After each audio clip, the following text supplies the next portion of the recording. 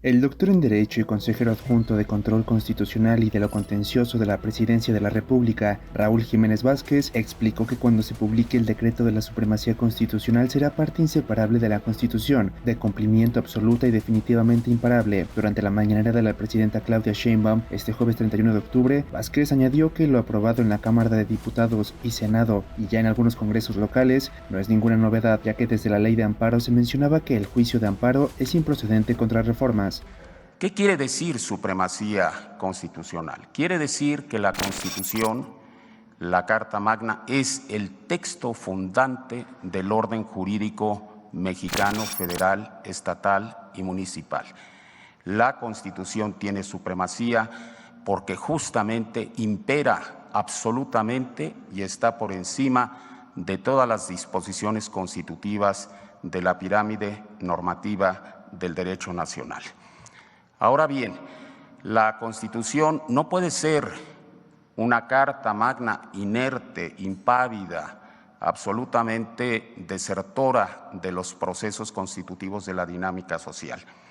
Tiene que seguir esa dinámica social, es decir, debe admitir la posibilidad de reformas o adiciones que permitan hacer el ejercicio de adecuación, alineamiento con los procesos sociales y sobre todo con las demandas imperativas de las mayorías populares del país.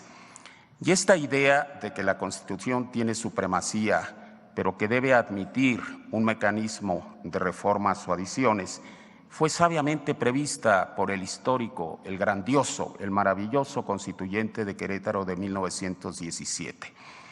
Y a ese respecto, nos dejó el instrumento y el procedimiento para llevar a cabo esa adecuación del texto constitucional a los cambios sociales, a los imperativos que demandan fundamentalmente las mayorías populares de nuestro país.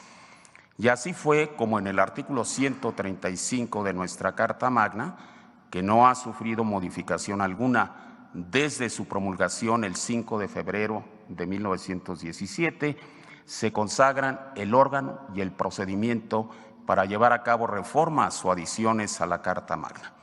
El órgano, bien lo sabemos, es el llamado constituyente permanente, es decir, el poder reformador de la Constitución. Y el procedimiento, previsto ahí mismo en el artículo de referencia 135, es el procedimiento complejo que vincula, que conecta y articula al Congreso de la Unión a través de mayorías calificadas y a las legislaturas de los estados mediante la conjugación de la mayoría simple. Ya una vez que las reformas o adiciones se han producido y se ha hecho su publicación oficial a través del Diario Oficial de la Federación, estas pasan a formar parte íntegra, inescindible, inseparable del texto constitucional.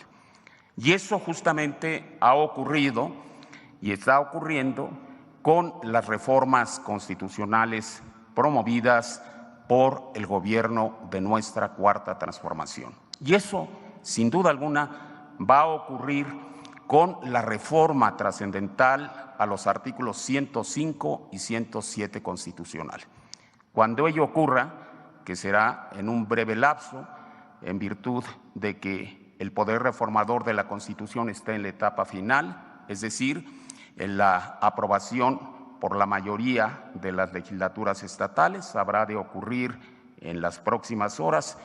Cuando ello suceda y se publique el decreto de reformas en Diario Oficial, esas reformas y adiciones 105 y 107 constitucionales serán parte inseparable de la Constitución, serán texto constitucional, figurarán como normas imperativas y de cumplimiento absoluta y definitivamente imparable. Y en razón de ello, justamente es que a través del poder reformador de la Constitución se elevó a rango constitucional el impedimento para someter a revisión judicial las reformas o adiciones en general y en particular las que nos ocupan en esta parte del proceso histórico de nuestro país. Y fue así como En el artículo 107 constitucional se establece que el juicio de amparo es improcedente contra reformas o adiciones a la Constitución. Esto no es ninguna novedad, todo lo contrario, ya está previsto en la ley de amparo vigente a partir del año 2013, artículo 61, fracción primera. No admite interpretación en contrario. A la letra, literalmente ahí se establece con sentido imperativo y categórico que el juicio de amparo es improcedente contra reformas o adiciones a la Constitución. Lo que se hace ahora es simplemente visibilizar en la norma constitucional lo que ya existe como criterio legislativo e interpretación, incluso por el propio Tribunal Supremo de nuestro país. Cito rápidamente para concluir una contradicción importantísima que está siendo hoy en día obviada, omitida, quisiera pensar imprudencialmente y no dolosamente, por los ministros de la mayoría de la Corte. La contradicción de tesis 105-2021 de la segunda sala de la Suprema Corte de Justicia de la Nación dice categóricamente, leo, el poder reformador, sus actos no se encuentran sujetos a ninguno de los mecanismos de control jurisdiccional previstos en la Constitución General o en alguna otra ley secundaria. Lo que hace esta reforma es elevar a rango constitucional, reconocer en la Carta Magna lo que ya existe como realidad jurídica y como obligación a seguir por parte de los tribunales. Y lo dispuesto en el 107 se replica, se traslada, se homologa al 105 en relación a las controversias y acciones de inconstitucionalidad. El principio que aplica a estos medios del derecho procesal constitucional es exactamente el mismo e igualmente válido.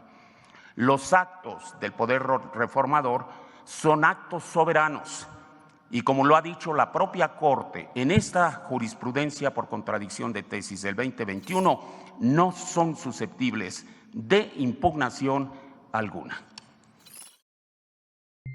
Mantente informado con El Universal y suscríbete a nuestro canal.